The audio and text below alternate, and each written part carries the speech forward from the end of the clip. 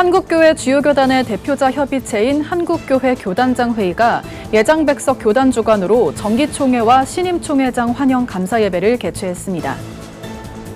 한국교회 지도자센터가 바른신학 균형 목회 세미나를 열고 목회 전환기에 적용할 목회 방향과 방법을 제시했습니다. 청년들을 위로하는 예배 모임 서울숲 화요성수 현장을 취재했습니다. 지난주 막을 내린 제26차 세계 오순절 대회에서 나온 한반도 평화, 다음 세대 부흥, 오순절 성령의 역사 재현 등 5가지 선언이 담긴 공동선언문이 발표됐습니다. 주빌리 통일구국기도회가 정전협정 70년과 통일선교를 주제로 부산에서 통일 워크숍을 개최했습니다.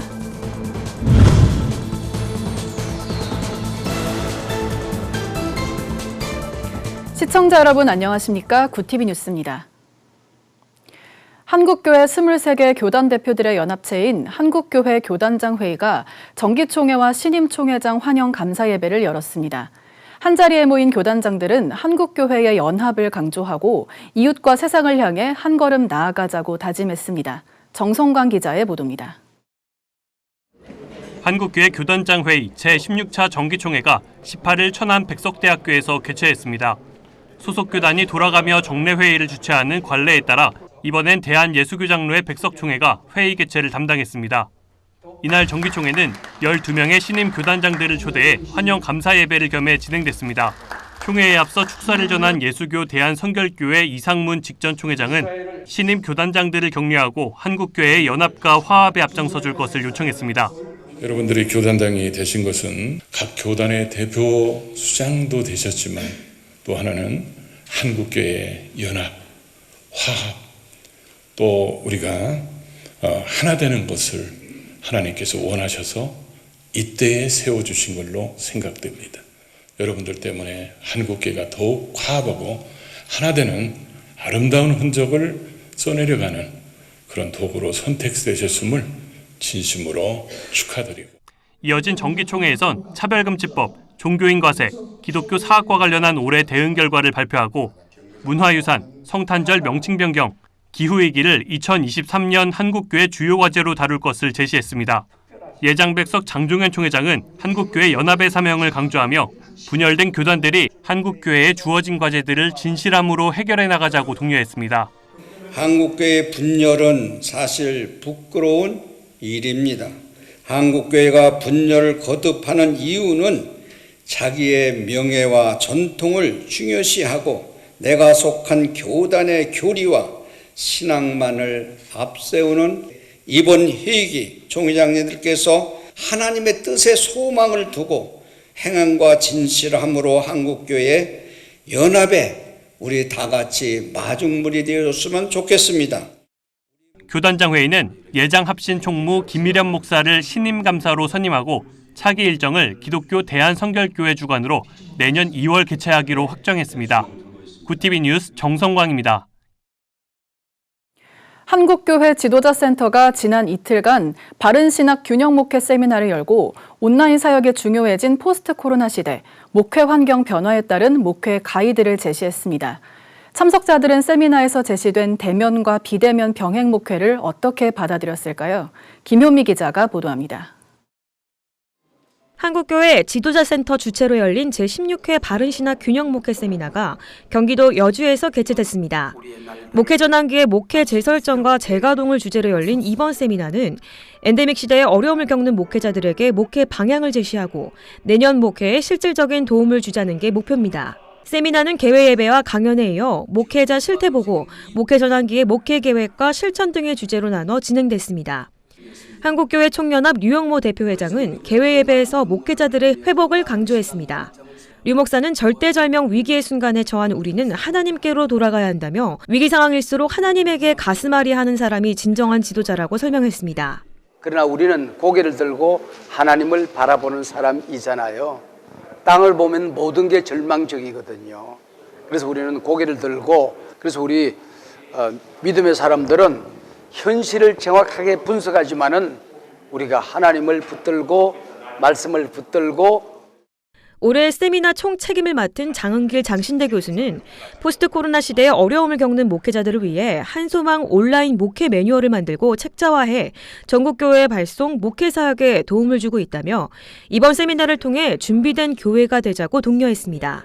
2부에서는 목회데이터 연구소 지용근 대표가 목회자들이 목회 환경을 어떻게 인식하고 있는지 알아보기 위해 실시한 실태조사와 연구 결과를 발표했습니다. 한 3분 중에 2분 정도는 나는 지금 영적으로 지쳐 있다고. 교회들도 똑같이 현장 예배를 얘기해요. 현장 예배 가장 크고 코로나 이후에 지금 전체적으로 지금 한국교회 목회자들이 소그룹에 대한 인식이 굉장히 많이 올라갔구나. 3부에서는 목회 본질과 목회자의 자세라는 주제로 한지터 대표 박종순 목사가 강연했습니다. 박 목사는 바른 목회를 위해서 정도와 균형을 지켜야 하고 목회를 급한 마음으로 서두르지 말며 화려한 중도 포기보다 완주가 바람직하다고 조언했습니다. 그래서 목회자들에게 힘을 좀 공급하고 어떻게 풀어나가야 할 것인가 본질로 돌아가야 됩니다. 본질이 뭐냐? 십자가, 복음, 예수 그리스도, 성경. 이후 강연에서는 다양한 주제의 성경 연구와 관련 강의, 워크숍 등이 진행됐습니다. 올해로 16회째인 바른신학 균형 목회 세미나는 앞으로도 목회자들이 목회 전환기에 올바른 방향을 설정해 목회할 수 있도록 돕겠다고 밝혔습니다. 구티비 뉴스 김효미입니다. 청년들의 메카로 불리는 성수동 인근 서울숲에서 지난해 10월부터 시작한 예배 모임이 있습니다. 매주 화요일 저녁에 모이는 화요성수 예배가 1년을 맞았습니다. 예배에 참석하는 스타트업 청년 창업가들은 삶의 치열한 현장을 벗어나 쉼을 얻고 위로받는다고 하는데요. 현장을 우한나 기자가 취재했습니다.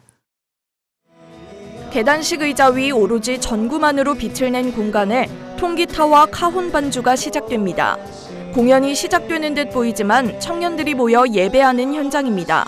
매주 화요일 저녁에 진행하는 예배는 우리가 살아가는 도시를 선교지로 여기고 직장과 학교, 이웃을 섬기는 공동체 라이트하우스에서 시작한 서울숲 화요성수 모임입니다. 1년 전 소그룹 모임으로 시작한 화요성수에는 인근 성수동 청년 창업가들이 제법 모입니다. 라이트하우스 서울숲 이명규 목사는 성수동에는 사회적 기업과 스타트업에 몸담은 청년들이 많은 만큼 청년들을 하나의 공동체로 묶어주기 위해 화요성수를 시작했다고 말했습니다. 임 목사는 삶의 현장에 치여 힘들어하는 청년들에게 힘이 되는 공동체가 필요하다고 강조합니다. 크리스찬 청년이 하나님 나라를 이루어 간다 그랬을 때 교회에서 시간을 많이 보내고 교회에 봉사하고 교회에 헌신하고 이것도 좋지만 사실은 소명을 가지고 자기 삶의 자리에서 하나님 나라를 확장하기 위해서 싸워 나가는 게 되게 중요하다고 생각을 하는데, 그러려면 저 같은 목회자나 교회나 공동체가 이들에게 좀 영적인 서포트를 해야 된다고 생각해요. 화요성수에 참여한 청년들은 모임을 통해 일과 신앙이 연결되고 같은 고민을 하는 크리스천 청년들과 소통할 수 있어서 좋다고 입을 모았습니다. 선한 일을 한다고 하는 사회적 경제에서 일을 하다가도 많이 중요한 하나님을 까먹고 일할 때가 많이 있는데요. 이렇게 일주일의 중간이 화요일 날 모여가지고 예배를 드리면서 그 중심을 다시 잡고 나아갈 수 있는 소중한 기회인 것 같습니다. 네, 일에 있어서 어떻게 영성과 분리되지 않고 같이 갈 수 있는지를 화요성수에서 좀 많이 나누게 되고, 예배 후 마련된 교제 시간에는 삶의 경험을 공유하거나 고민을 털어놓기도 하며 서로를 격려했습니다. 임 목사는 화요성수에서 세워진 청년들이 좋은 인재로 성장해 그리스도의 향기가 전해지길 기대한다고 전했습니다. 구티비 뉴스 우한나입니다. 제26차 세계 오순절 대회 공동선언문이 17일 발표됐습니다. 윌리엄 윌슨 세계 오순절 협회 총재와 이영훈 세계 오순절 대회 대표대회장 공동 명의로 발표된 선언문에서는 기후재난 시대에 하나님께서 창조하신 환경을 보전하는 청지기 사명을 감당한다. 성령의 능력으로 세계 복음 전파 사역에 매진한다. 세계와 한반도 평화를 위해 기도하는 일에 앞장선다는 내용이 강조됐습니다. 또한 오순절 운동이 다음 세대를 덮고 있는 부정적인 생각과 감정을 씻어내고 성령의 기쁨을 맛볼 수 있도록 사명을 감당하며 오순절 성령의 역사가 다음 세대로 이어지도록 온 힘을 다하겠다고도 덧붙였습니다. 주빌리 통일구국기도회가 주최하는 제21차 통일 워크숍이 17일부터 이틀간 부산 수영로교회에서 개최됐습니다. 이번 워크숍에서는 정전협정 70년과 통일선교라는 주제로 주빌리의 통일준비 사역을 점검하고 통일사역의 방향이 제시됐습니다. 발제를 맡은 북녘교회 연구원 유관지 목사는 2023년이 한국교회 통일선교운동의 새 원년이 되길 소망한다며 한국교회의 진정한 회개와 분발을 이루는 내실화의 도약을 통해 북녘 복음화에 힘쓰자고 말했습니다. 워크숍 전에 진행된 예배에서는 학교법인 월광학원의 이사장 김유수 목사를 고문으로 추대했으며 월광 기독학교와 업무 협약을 맺고 복음 통일 준비를 위한 교류를 늘려나가기로 했습니다. 지난 15일부터 이틀간 서울 명성교회와 인터콘티넨탈 호텔에서 2022 세계 기독 포럼 GCF 아시아 지역대회가 열렸습니다. 3년 만에 오프라인으로 진행된 이번 포럼은 카즐리 에사무와 GCF 사무총장, 윌리엄 윌슨 오순절 세계협의회 총재 등 세계 기독교 지도자 50명이 참여하며 교회 연합의 메시지를 전했습니다. 에사무아 사무총장은 한국교회가 앞으로 구성원끼리 협력을 이뤄내고 세계교회와도 화합을 이뤄나가길 바란다고 강조했습니다. 아신대학교가 오는 25일부터 3일간 제44회 선교대회를 개최합니다.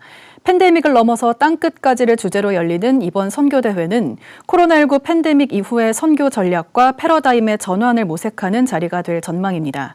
대회 첫날 비대면으로 열리는 기도회에 이어 강연과 토론, 온라인 세미나가 이틀에 걸쳐 순차 진행되며 셋째 날 포럼 이후에는 아신대 국제교육원 외국인 학생들이 자국 음식을 소개하는 푸드 페스티벌이 열립니다. 아신대 정홍열 총장은 많은 선교기관들이 어려움을 겪고 있는 시기에 새로운 비전과 희망을 제시하는 선교대회가 되길 바란다고 전했습니다.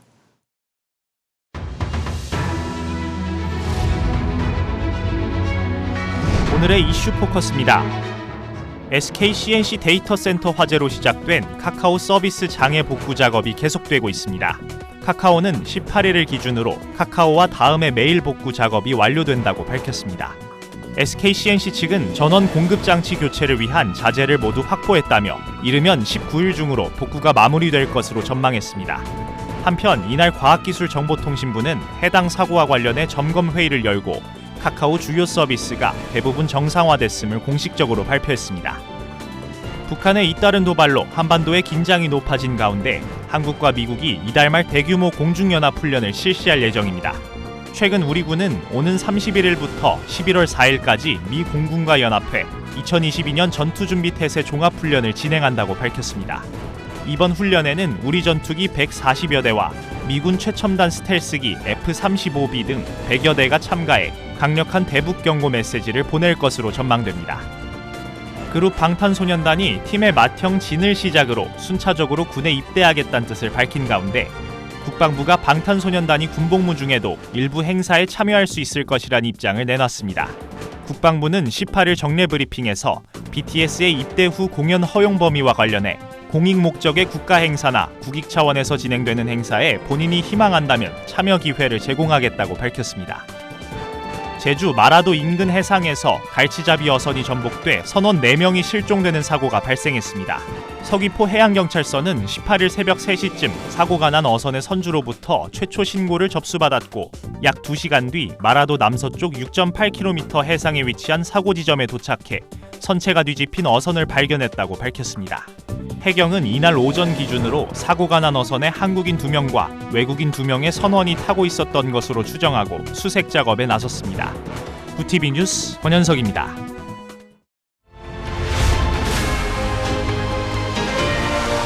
구TV 월드와이드입니다. 토니 블링컨 미 국무장관이 최근 한반도 내 긴장이 한미연합훈련 탓이란 주장에 대해 완전한 헛소리라며 일축했습니다. 블링컨 장관은 최근 콘돌리자 라이스 전 국무장관과의 대담에서 북한의 잇따른 미사일 도발은 세계의 관심을 끌기 위한 것이라며 유엔 안보리 회의에서 북한의 도발을 미국 탓으로 돌린 중국과 러시아의 주장은 잘못된 것이라고 비판했습니다.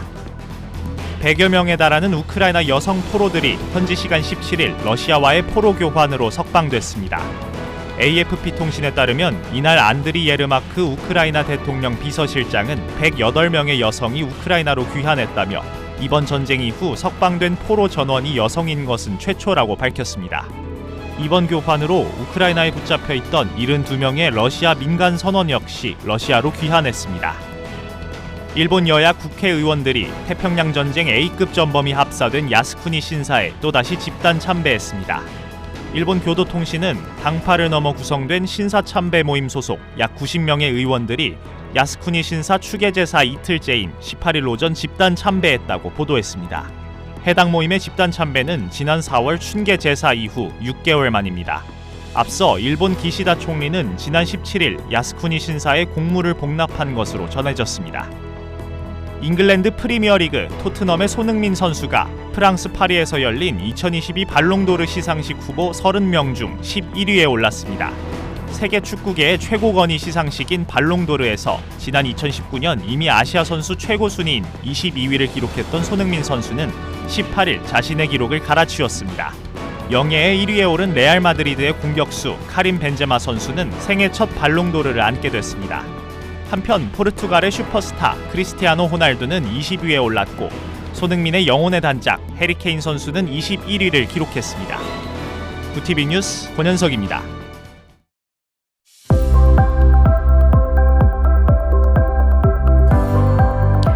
내일은 전국이 대체로 맑은 가운데 최저기온이 5도가량 크게 떨어지면서 더 쌀쌀하겠습니다.